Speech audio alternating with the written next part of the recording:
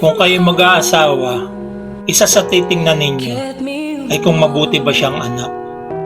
Hindi yung puro, ito na, maganda. Ito na, gwapo. Isasalang-alang din ninyo yung ugali. Kung mabuti ba siyang anak. Kasi kung isa siya mabuting anak, sigurado, magiging mabuting asawa yan para sa inyo. Magiging mabuting ama o ina sa magiging mga anak ninyo.